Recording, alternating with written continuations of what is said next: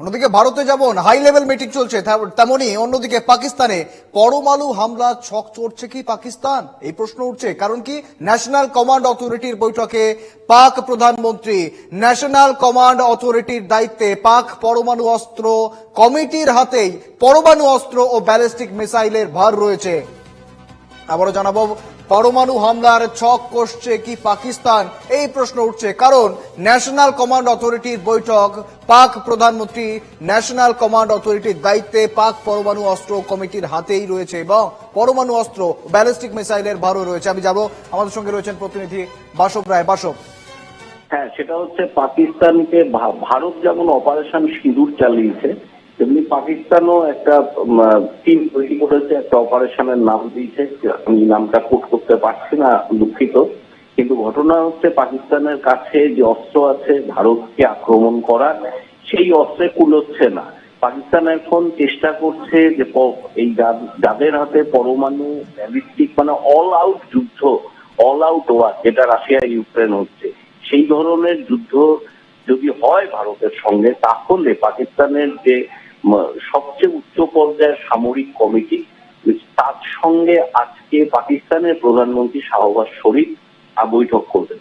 আগেই বলে নি, এই কমিটি, পাকিস্তানের এই ন্যাশনাল কমিটি, যেটা সামরিক বাহিনীর সঙ্গে, এখানে 5জন সরকারি কর্তা থাকে, খুব হাই পোস্টের, কিছু মন্ত্রী থাকেন, এছাড়া 5জন অসামরিক, যার সামরিক কর্তার পাশাপাশি অসামরিক কর্তা 5জন থাকে। এরা পরমাণু অস্ত্র ব্যবহার, পরমাণু অস্ত্রের সমস্ত কিছু এবং পাকিস্তানের যে যুদ্ধাস্ত্র আছে, যেগুলো খুব হাই পাওয়ার যা আছে, সেগুলো ব্যবহারের সিদ্ধান্ত গ্রহণ, সেগুলো ব্যবহার করবে কিনা সিদ্ধান্ত এই কমিটি নিতে পারে। শুধু প্রধানমন্ত্রীর একটা নট লাগে।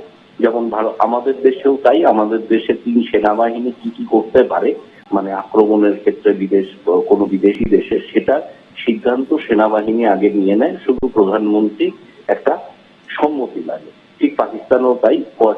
তবে এই যে পরমাণু অস্ত্রের ব্যবহার, শুধু জানে পাকিস্তান এটা নিয়ে ভারতের উদ্বিগ্ন হওয়ার একটা যে খুব বড় কারণ রয়েছে, বিশেষজ্ঞ মহল এমন মনে করছে না।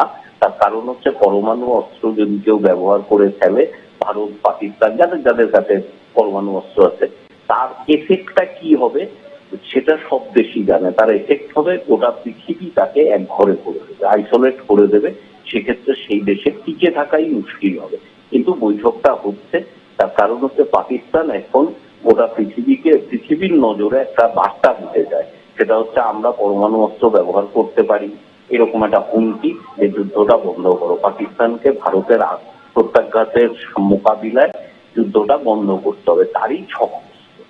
শুভেন্দু, বাসব, পাশাপাশি এই যে গোটা বৈঠক রয়েছে, যেমনটা তুমি জানাচ্ছিলে, বিভিন্ন বিষয়ে রয়েছে তাৎপর্যপূর্ণ।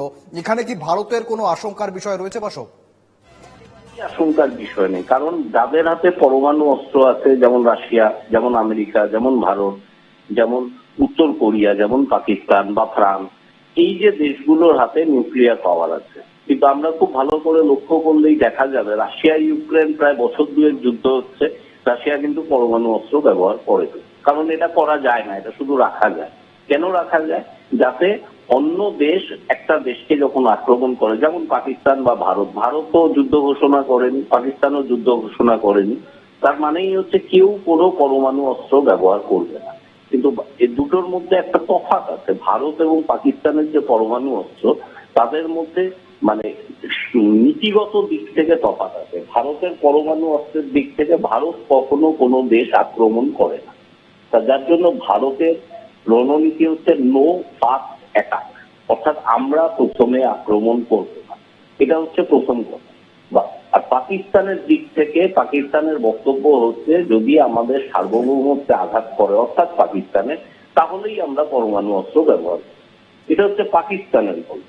আমরা যারা আমাদের ভারতের দিক থেকে, আমরা কখনো কোনো দেশ আক্রমণ করিনি। আমাদের 10,000, যদি আমরা 4-5 হাজার বছরের সভ্যতার কথা বলি, আর যদি স্বাধীন ভারত বলা হয় 1947 থেকে আজকে 2025, 75 বছর হয়ে গেল, আমরা কোনো দেশ কখনো নিজে থেকে আক্রমণ করি।